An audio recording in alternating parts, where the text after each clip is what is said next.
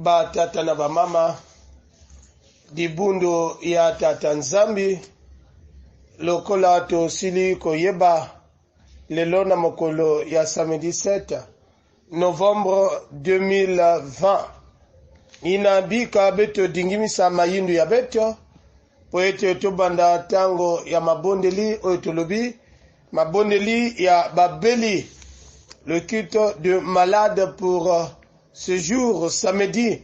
Nous savons que chaque samedi matin nous avons une séance de prière à l'égard des malades.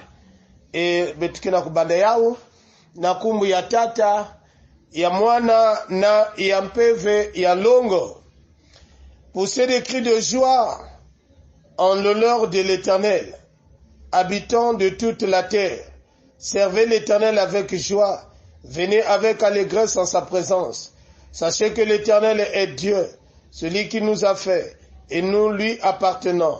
Nous sommes son peuple et le troupeau dont il est le berger. Entrez dans ses portes avec des reconnaissances, dans ses parvis avec des chants de louange. Célébrez-le, bénissez son nom, car l'Éternel est bon, sa bonté dure éternellement, et sa fidélité de génération en génération. Amen. Tokozwa nzembo na nzambe, tokoyemba nzembo na nzambe numéro 34. 34 nzembo na nzambe. Yesu ndeko na biso solo, ndeko awapi tomoni pena moko Yesu aye bibiso Yesu penza mosungire Soko tolingi ndeko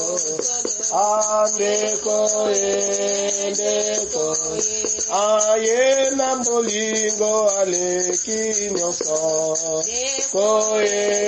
ndeko ambolingo na bilaka nyoso ndeko Yesu aye bibiso nyoso Obenza mosungire asoko tolingi ndeko ndeko asoko kasi na biso ndeko aye akozala na biso solo ndeko Yesu aye bibiso nyoso Sopenja mosungire asoko tolingi ndeko ayepe azali nangu ya mingi ndeko aye akosunga nangu ya oyo ya bengu ya Yesu bibiso Yesu penja mosungire asoko tolingi ndeko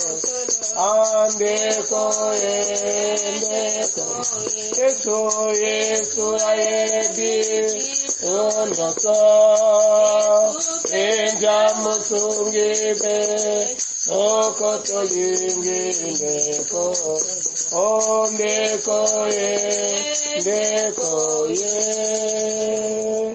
bika na tangu yai beto kusambila ngelenda vuanda kifulunge ikele na beto kikusambila nzambe tata nzambe na nguya nzambe na bomoy nzambe oyo alingi biso na kacha bolingo ya koleka oyo tokoko compare na motote me yo nzambe olingaka biso batango nyonso yango esili komonana na oyo nzambe osili kotalisa biso mokolo lelo inangeme kumisa beto na ntangu ya beto metondange mbatukulu ya kilokola yai na nsukunu mbetu meyekola na maboko nange tolingi nde yo osala yo okamba biso baya yo basili kobelema bamati ngomba oyo pona koyoko ya motuya osili kobombela na baya yo Nzambe sala na yo ngetuadisa na kumu nange Yesu Nzambe ya moyo betu mesambila. Amen. Amen. Ba tata na ba mama di bundu ya tata Nzambe mutindu betu mekuzabila mambo ya ngonda ya ke na kutuba na beto mambo ina kele na Jean 14:6 ya metubila betu mutindu ya Jésus plutôt Jésus lui dit, c'est moi qui suis le chemin, la vérité et la vie. On ne vient au Père qu'en passant par moi. Ni na maloba oyo tozali koloba na biso nyonso lingomba na tata Nzambe batata na bamama likambo ya koyaka malamu lisusu lingomba na Nzambe mbote na biso mbote diake mbote lisusu tozali koloba na biso nyonso ozala na mikili mosusu ezala kuna na Europa na Asia na Amerika bisika oyo tozali tolobi na biso nyonso toyaka na biso malamu tika ete tata Nzambe apambola biso pe asalela biso yakole bika ene mosinzambi kusadisa na kuvuana na beto mutindu yanike Nzambi ya levo tozala na kosepela tozala na ko ni na wana tozali kokoba koyemba milongi mizige mbisa Yesu omunkembo beto fizidi ambazi za dizolo zetizungana zetibwa Bwana milongi mizige mbisa Yesu omunkembo beto fizidi ambazi za dizolo zetizungana zetibwa Bwana yeto ingengi mizige mbisa Yesu omunkembo beto fizidi ambazi za dizolo zetizungana zetibwa yeto ibundu dizike mbisa Yesu omunkembo beto fizidi ambazi za dizolo zetizungana zetibwa Bwana idwe na zizike mbisa Yesu omunkembo beto fizidi ambazi za dizolo zetizungana zetibwa Bwana yeto omunkembo mokote akokoloba akokotombola mosapi na koloba ko ye moto akokoka tosili koyeba bisika oyo tosili kokweya maloba na Nzambe ezali koyebisa biso na kolinga Nzambe na motema na biso mobimba na makasi na biso mobimba na mayele na biso mobimba pe kolinga mozalani na yo lokola nde omilingaka liboso ya mobeko wana ya bolingo tosili kokweya osili koyeba lolenge nini oteleli ndeko oyo osili koloba na ndeko me ya motuya nde tolingana ni wana esika ozali ndeko fukama bongo senga bolimisi ngele na fukama kana kisinge metala mbote mediambo yangudu ni kota na nguri ya diambo na kulomba lemvo na belema nayo Nzambe nanga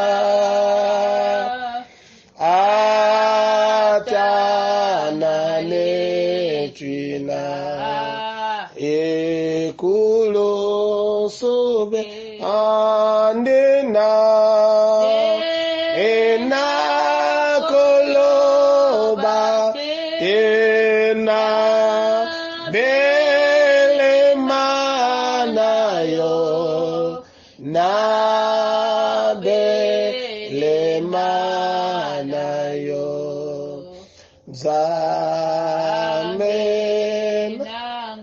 Nzambe lingoma ezali na soni baya yo batona li na soni ya kotombola elongi pona kotala epa na yo parce oyo bimi na minoko na makanisi nde na bizaleli Nzambe esili koyokisa yo soni ni na tango oyo nde baya yo babelemi na kosenga bolimisi ke yo Nzambe okoba kolimisa ke yo nzambe okoba kosokola nde na makila na yo pour que Masia tozalisa mapembe lokolo zali nzambe oyo alingi ko ba oyo nyonso bazali kosalela yo basalela na kati ya bopeto nyonso limisa bampate limisa lingomba limisa elenge oyo limisa tata mama ngelemvo kila bayange pour que nzambe kilokola ya beto kuzo inswa na kuvwana na zulu ya mesa kudia kintuadi nange lemvo kila dibundu yange matono na mengi ya mwana nge Yesu Kristo nzambi bikange tubadiambo ya kitula ya sukula mosi na kukituka mutindo wa mvula ya mpembe na komo na yo Masia tosili kobondela amen amen nde na liboso ya losambo oyo sili kosalema yo moto sili kolela nde na bipengoli na yo tia elikia ke yemoko nzambe asili kolimisa yo na komo na etata mwana pe mulimo mosanto amen amen Yesu ndeko na bolingo lingi ngai mingi yo upela ngate ozali singandela imba haleluya Yesu haleluya na Yesu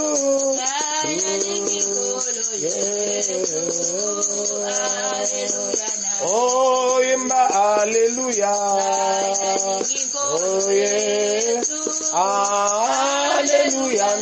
haleluya na Yesu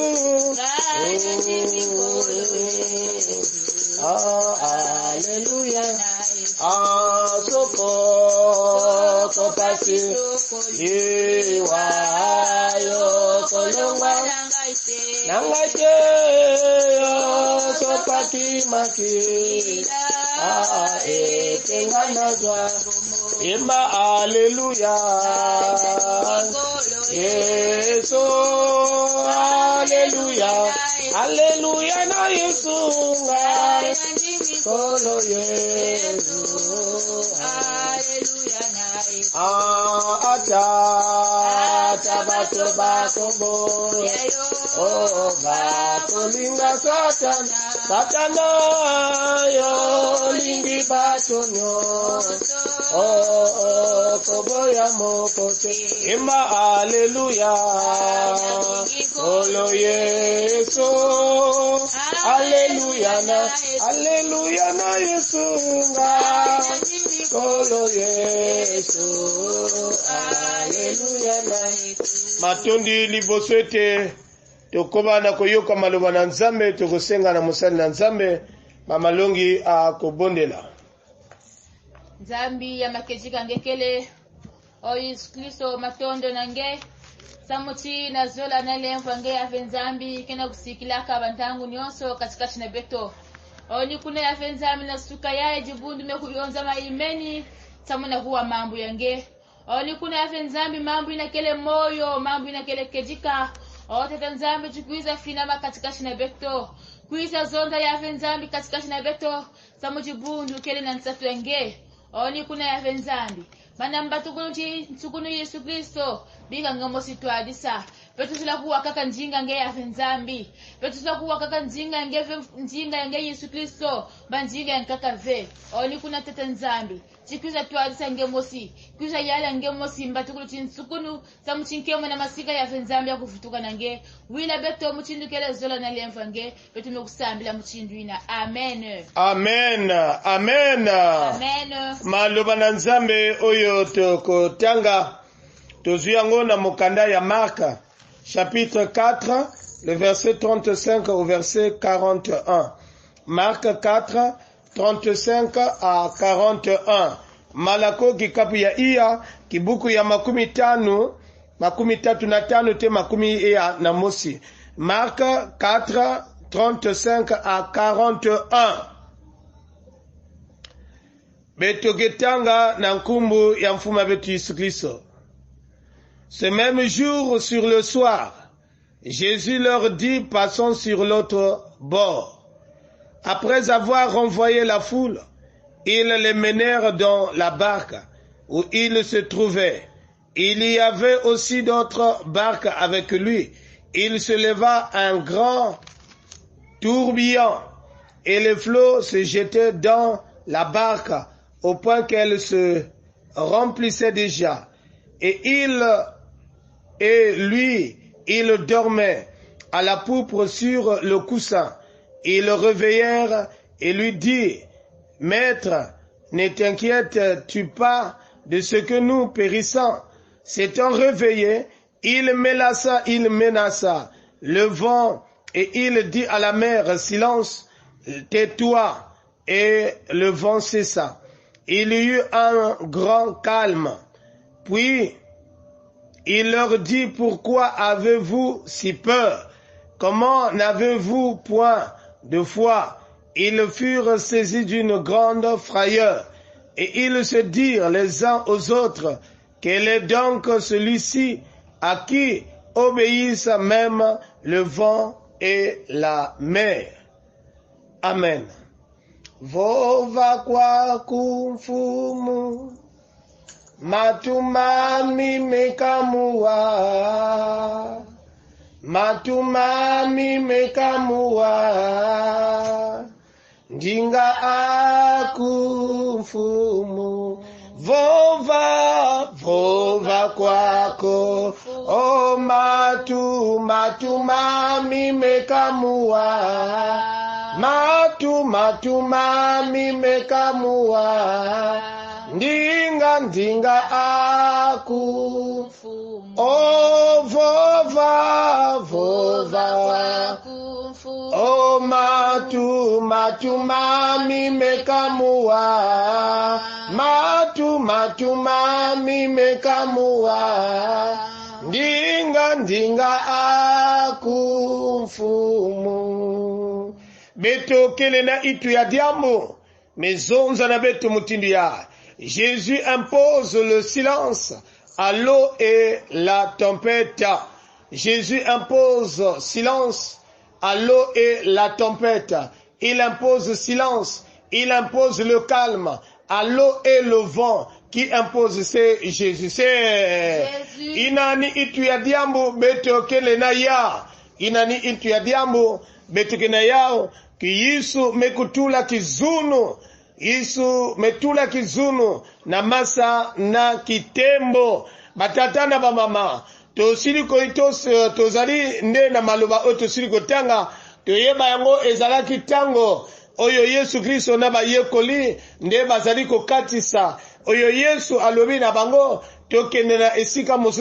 Allons de l'autre rive, allons de l'autre côté, et quand nous voyons, c'est-à-dire cette proposition, ou ce que le Christ est en train de dire, nous voyons que la vie du chrétien n'est pas une vie qui doit être statique. De temps en temps, l'église doit être en mouvement, où la vie du chrétien est en mouvement. Maloba na tata pona koteya o etali bokonzi yali kolo. Et donc ils étaient en déplacement pour aller de l'autre rive et aller de l'autre bord. Et l'ingelo bape quoi franchir étape mosusu comme dans la vie de l'humain ici-bas. Quand nous quittons le point A, nous devrons aller au point B. Après le point B, nous devrons aller au point C. Au fur et à mesure, nous devrons progresser. Et cela, ce déplacement démontre aussi en quelque part une progression. Quitter l'autre ville, quitter l'autre village, aller de l'autre côté, continuer le ministère, continuer à prêcher la parole de Dieu. Donc, Yesu ezali komona lekona vinaye tango azalaki awa na likolo et sukaki kaka kuna na Jerusalem te et azali kokene na bamoka nyonso po na kote ya oyo etali maloba na tata maloba na bo moi mambu ina kepesaka moyo. Et donc ina bamekuzoma ina d'aller de l'autre côté ina bakena katabaka. C'est au temps où, c'est-à-dire le vent, ce tourbillon va se lever. To kitemo ketilama kitemo ke nina tangu ina un tourbillon qui va s'ériger pour na empêcher bango bakende liboso te bako atteindre l'autre rive te batatana ba mama ce vent symbolise, c'est-à-dire les problèmes, les murs, les complications, les difficultés. Tozali ko croiser yango oyo, tozali ko croiser, tozali ko kutana nango, na kati ya nzela oyo tozali ko tambola. Quand nous décidons aller du point B jusqu'au point C, nous rencontrons des étapes, nous rencontrons des murs, nous rencontrons des problèmes. C'était comme si, quand tu te disais, j'ai eu un bon mariage et nous devrons progresser, nous devrons construire, nous devrons faire ceci. C'est ce temps que nous rencontrer maman Biamutinu Namo. Les problèmes vont se soulever pour que vous kende na tomoate, makamo kotelema, pour que on pêche bino nzela. Et donc un vent impétueux, un vent, un tourbillon avait attaqué quand les disciples et le Christ étaient en train de naviguer. Mais on nous dit que le Christ, là où il était, sur le coussin, il était en train de se reposer paisiblement. Attitude yamayekoli. Quand tozali kotala na kati ya troupe yamayekoli, il avait que la kotala parmi na kati ya troupe ina pendaka ba milongoki. Il y avait des pécheurs à l'image de Pierre et les autres. Donc il savait quand il y avait un grand tourbillon, et donc si ce tourbillon se dirige vers le nord, et ils savent comment indiquer la barque. Et donc basalaka nyonso pour que mbonge wana pour que kitemo ina kutingama ya una kutingama esiki le tourbillon ne cessait pas à se tranquilliser. Même on nous dit quelques gouttelettes, c'est-à-dire les flots d'eau commençaient déjà à remplir la barque. Et donc on peut dire que c'était comme si les disciples vivaient déjà la mort en face. Et belé natango oyo nde bazali komona lokola akufa ekomi pene nde barke ezali koningana, nde libala ezali koningana, nde na mosala ezali koningana, nde bisika nyonso na libota bozali nde koningana, bozali nde ko bozobo koma mona kokufa ekomi lufame kuma pene.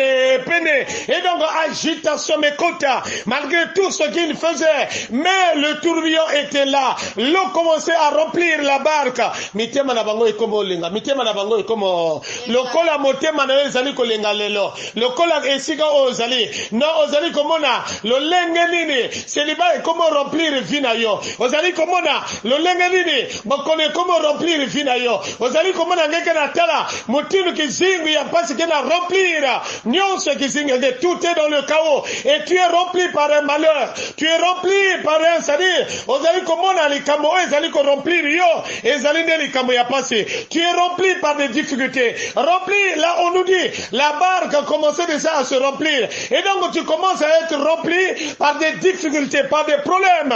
Il n'a qu'à envahir qui t'aime mettre la main malgré tes connaissances, l'attitude des disciples et ceux qui se disaient peut-être pas mes âmes à nous sont péché. Et donc il faut arrêter ce vent, il faut faire des voies et moyens. N'a qu'à arrêter, ce sont ces dispositions que tu es en train de prendre pour arrêter ce vent. Tu as tes connaissances, tu te dis tel que je suis intelligent, j'ai des relations, je peux arrêter ce mal, je peux arrêter ce mouvement. Mais malgré tout ce que tu es en train de faire, jusqu'à présent tu n'as pas une réponse fiable. Ozali na réponse te mbonge, ezali koningisa tata na mama. Tala attitude ya bayekoli, bamoni ya malamu bakende kolamusa Yesu. Bakwenda fumbula Yesu na kusona Yesu fumbuka, ne nous laisse pas périr ainsi. Tu nous vois pas tel que nous sommes, on a commencé, c'est-à-dire le danger est là. Si tu ne te réveilles pas, nous allons périr, nous allons mourir. Ina Yesu metelama, là où Jésus était, il dormait paisiblement. Non, quand nous sommes bien assis dans la foi, même s'il y a un problème difficile, nous allons nous tranquilliser plutôt. On a la paix du cœur, on a la paix. Et donc il dormait paisiblement. Cela démontre que la vie des enfants de Dieu, même si qu'il y a un danger qui est là, mais en toi tu dois avoir la douceur dure, la paix dure, la tranquillité dure. Jésus était tranquille, il était au contrôle de la situation. Ça ne voulait pas dire quand il dormait, il ne savait pas ce qui se passait. Il est Dieu en même temps homme. Et donc il avait la situation en main. Quand il s'est levé, tango yesu akotelema pona likambo na yo nyonso ekokoma na ordre nyonso ekokoma ye atelemaki yani metelama ina mezonza ila menacé l'eau et le vent nyonso mewa yan eba metuma na beto un grand calme kukotaka kizunu kotaka na ntango ina nyonso ku dingamaka. Et aujourd'hui je suis sûr et certain que le calme va revenir dans ta vie, que tu vas retrouver le calme, que tu vas retrouver la stabilité, que tu sais, le Seigneur est au contrôle. Réveille Jésus pour que tu puisses retrouver la stabilité de ta vie, la tranquillité, la sûreté. Et quand Dieu, yakena nzambi yakaka ave, ezalinde na tata nzambe, quelque soit mbonge o etelemaki, mur o etelemaki, mais le londeko, ozaliko retrouver tranquillité na yo, et tout est revenu au calme, parce que Jésus était là, parce que Jésus s'est élevé. Nous allons telemisa Yesu lobana Yesu na tango oyo atelema ni Yesu motagogo telema na fina yo pour que on retrouve stabilité. Loba amen. Tango ye atelemaka stabilité ezalaka stabilité ye azali nzambe ye azali yani kele nzambe nyonso ke kuwaka yande eba ina voanaka ba milongo ki voanaka étonné de voir combien de fois quel est ce homme là même l'eau et le vent le écoutent. Oyo nzamba salaka elekelaka sagesse ya bateau elekelande bateau ina nzambe ke sala na kisimi yake luta intelligence dikanda yange yake luta intelligence ya babantu enzaya yake lutila intelligence même ce que tokogolo ba batumame oyo nzamba salaka elekinde yako leka parce que azalinde nzambe tiketi apambola liloba oyo akotisa biso na mozindo ya likambo. Amen. Amen. Na tangu yai mutini betume kuzaba betuke na kati ya nenga betuke telama kifulunge ikele na kati ya meditation ya maloba na nzambe okotelema tokozongela oyo le thème oyo ezali kokangisa tango na biso ya mabondeli ezali dans acte 4 au chapitre 29a. Acte 4 29a betume kuzaba ya et maintenant Seigneur vois leurs menaces.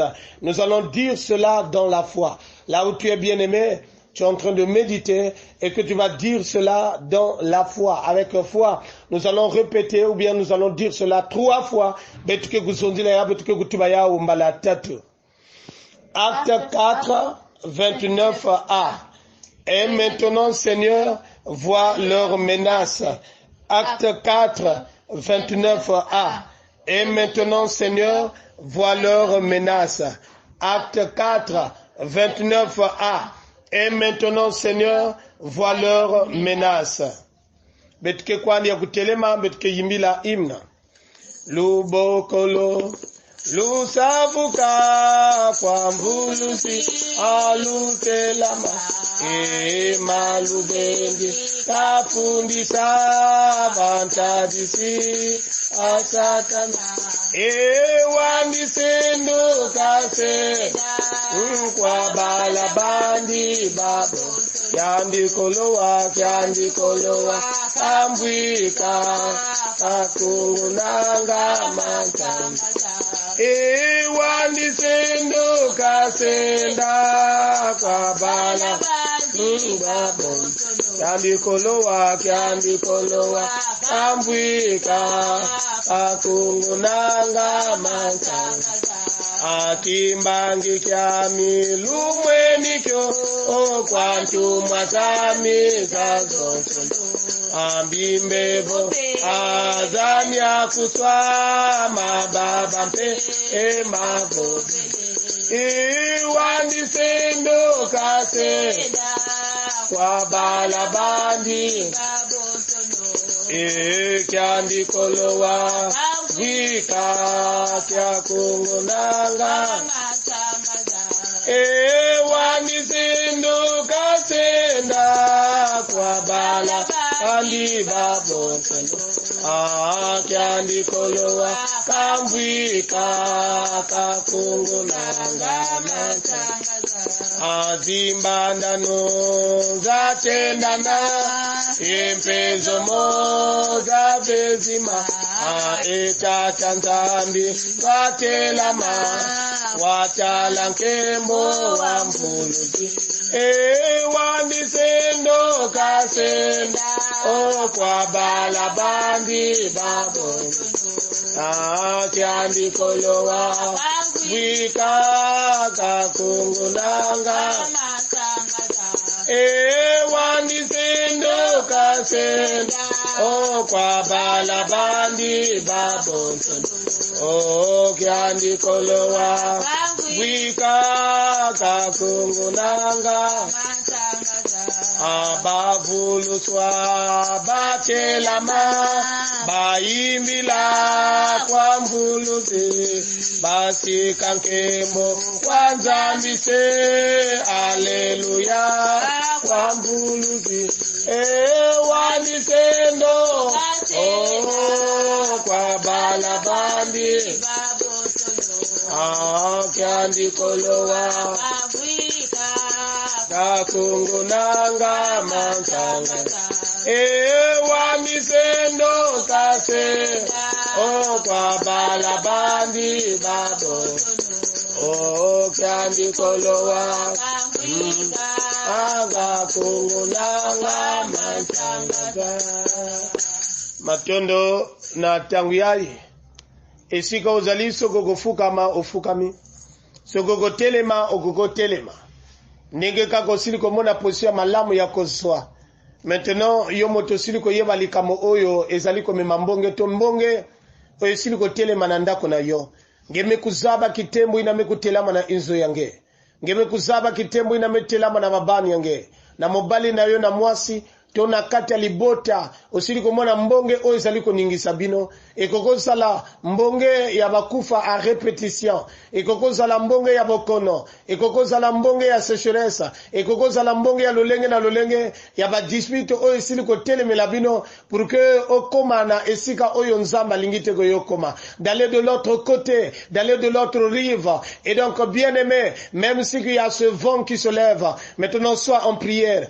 maintenant la kisa likamwana na maboko na nzambe lokole ezali tem na biso et maintenant Seigneur va leur menace bien-aimé là où tu es tu te mets en prière tu vas prier tu es en train de prier remets ton problème ngepesa diambu yange ngepesa kitembo ina na maboko na nzambe il est grand temps de là où tu es bien-aimé il est grand temps de prier il est grand temps de dire tout à Jésus dis tout à Jésus zonza nyonso Yesu mezaba mansangaza yange mutini betumekuisa yimila yani mutuke kungunaka mansangaza ye motoko longola pinzoli ya maya miso na yo ye motoko simba mapota oyo silikozwa nde abikisa alongola nyonso oyo apasi ezaliko tungisa ya bambonge ezaliko telemela ndako na yo bondela na tango oyo nde mama longi azaliko bondela pona bokoni nyonso oyo siliko yeba ko ozaliko souffrir na maladi songolo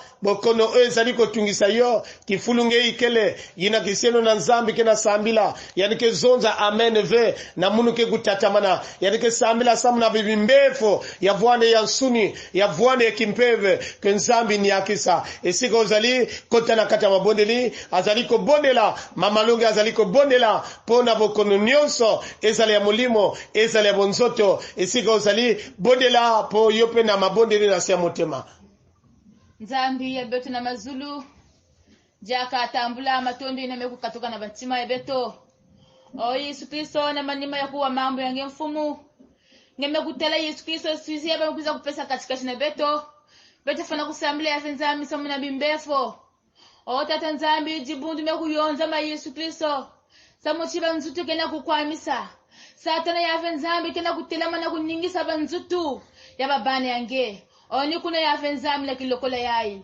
kuisa ngemosi yala Yesu Kristo na kilokola yayi nzambi mutindo mambo na betu mekuwa mfumu kana ngeme kutelama Yesu Kristo mambo ke kuyila majaka ve oni kuna ya nzambi kana mipepe mekutelama kana bitembo ya mutindo ya nzambi mekutelama ina kana kuningisa babane yange ni kuna ya nzambi kuisa katula ya nzambi bamfungutula ntam satana kuisa katula ya nzambi bitembo ya ntam satana Yesu Kristo betu kele fe na boma ve ni kuna afenza mle kulokola yai chikuza ngemo si twadisa kuza ngemo si yala samutinke mna masika ya kuvandla nge betu ke fe na boma Yesu Kristo kana ngeme kutelama Yesu Kristo jambe ke kuile majaka ve oni kuna afenza mle kulokola yai tisala nge samutimba bana nge kutela nkembo wila beto muchinu kele zola na le evangeli Yesu Kristo dia kanzambi ya beto mutina kilokola ya beto kina kuritere Seigneur osiri ko yeba bokono oye komi mbonge bokono oye zali ko tungisa oye komi héréditaire katikati na bango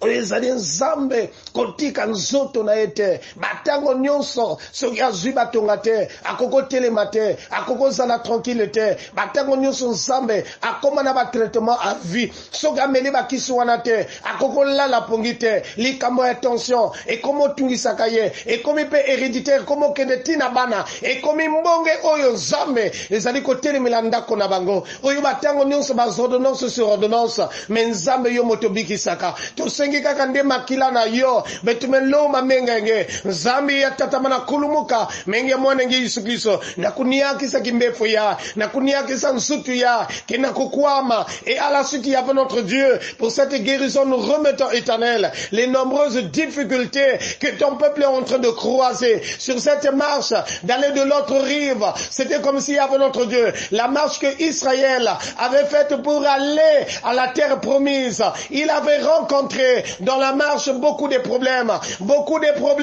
des tempêtes et des difficultés. Mais avec toi, nous ferons des exploits. C'est pour cela, Éternel, ne laisse pas qu'il puisse se fatiguer, qu'il puisse être amorcé, mais le contraire, qu'il continue le chemin. Pesangolo na kisielo ya, même si bakena tonga ya, même si bakena kwamisa ya, même si bazola kutala ya nive, même si bampeve ya mama foi, mettez la main, mais nous avons la victoire avec toi. Éternel, la victoire est en toi. Et ce matin, Éternel, nous savons que tu es en train de donner la victoire à ton peuple. Nous sommes victorieux par ton nom, Seigneur. Par ton nom et avant notre Dieu, la victoire est assurée. Christ, tu l'as dit à la croix, Père, tout est accompli. Nina ina kilokolaya, bikange tatamana sala, nange bieka, quel que soit problème, il ne me koti la nenga ya, il ne me koti la tusamulu ya, yisunge pesa mvuto, yisunge tabila, yisunge zonza, yisunge tuadisa, yisunge vunga, nakata nenga ya, pour que nzambi kisielu ya, kutamula mvuto, ina inzake pesaka ve, mais ina ngeke pesaka. Combien de fois, Éternel, la paix éternelle du cœur est troublée, la paix de l'âme est troublée, parce que c'est dans des difficultés à tout moment, à commander maya miso nzambe, et comme bilelo na ye, batango nyonso bilia na ye, maya miso, mais yo moto kawisaka maya miso na biso, nzambe kuba kosala. Maya miso nangaye, komi maya komela, kati na yesobe, yobonderu asinanga, kolela oyo yangaye, komi lelo akoseka, oyo nazanga kilobi, lelo yo komi yanga.